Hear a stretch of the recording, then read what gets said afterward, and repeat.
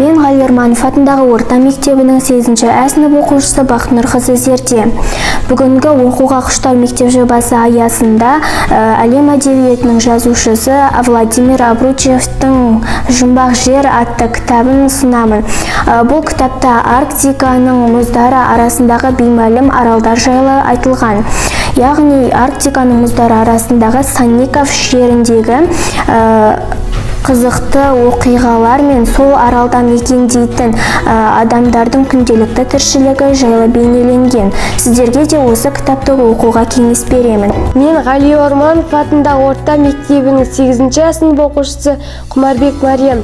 Мен сіздерге Ахмет Байтұрсынұлының бұл жинағы әдеби танытқыш деп аталады. Бұл жерде Ахмет Байтұрсыновтың зерттеу еңбегімен өлеңдері топтастырылған. Мен осы кітапты сіздерге оқуға кеңес беремін.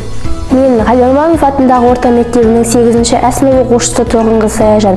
Сіздерге оқуға құштар мектеп жобасы аясындағы Тұрсын Жұртбайдың «Бір ұшу» санатты кітабын ұсынамын.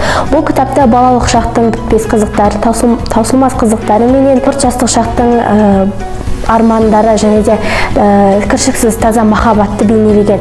Яғни бұл кітапта айтылған әңгімелер мен хикаяларды оқыған оқырманның алар тәлім тәрбиесі мол болмақ. Сіздерге осы кітапты оқуға ұсынамын. Мен Ғали Орманов атындағы орта мектебінің 8-ші А сынып оқушысы Ынтымағұлы Нұрдос. Мен сіздерге Алан Маршалдың «Мен шалшықтан аттап секіре алан» атты кітабын ұсынамын. Мәшһүр жазушы Алан Маршал жасөспірімдерге арнайы жазған кітабы.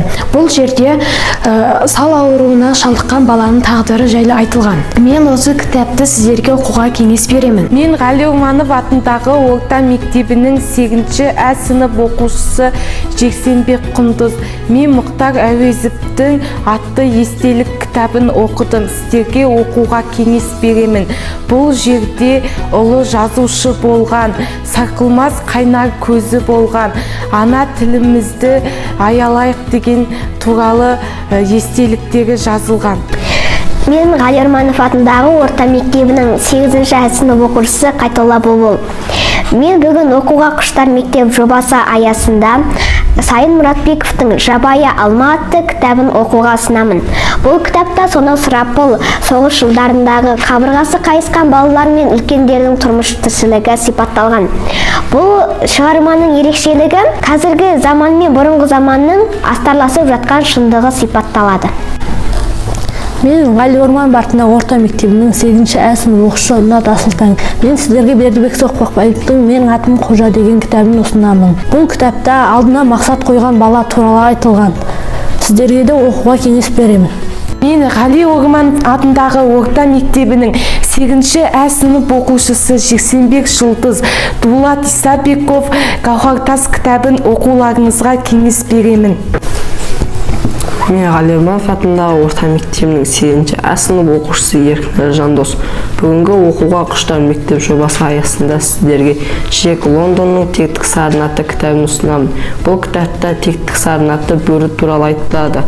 Сіздерге оқуға кеңес беремін. Құрметті Ғали Орманов атындағы орта мектебінің оқушылары, бүгінгі күні 8-ші А сынып оқушылары оқуға құштар мектеп жобасы аясында өздерінің оқыған кітаптарын сіздерге кеңес беріп және оқуға ұсынып отыр. Сондықтан мен де кітапханашы ретінде осы жобаны сіздерге жалғастыруларыңызды сұраймын.